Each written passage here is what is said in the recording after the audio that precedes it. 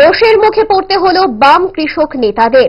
সারা ভারত কৃষক সভার চাঁদা সংগ্রহে গিয়ে রোষের মুখে পড়তে হয়েছে বাম নেতা পবিত্র কর সহ অন্যান্য সঙ্গী নেতৃত্বদের। ঘটনা প্রকাশ্যে এলো নরসিংগড়ের ভাগলপুর এলাকাতে।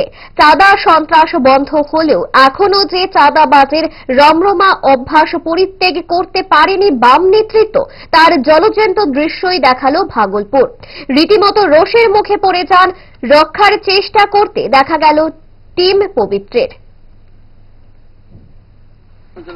চালু করবেন এই কথা কেউর বাড়ি ঢুকবেন না, কেউর বাড়ি না শুনালাম এই চলে আগুন ঢুকছেন না কেউর বাড়ি চল নাটক করেন খালি বাড়ি মানুষ বই বানিয়েছেন কতটা বছর বাবা কেউ তো আমরা বলছি না শুরু করে না এই আইবেন না ভিক্ষা করুন এদিকে আপনি 25টা বছর গেছেন আমরা মাঝে এই সন্ধ্যা নিতে নিতে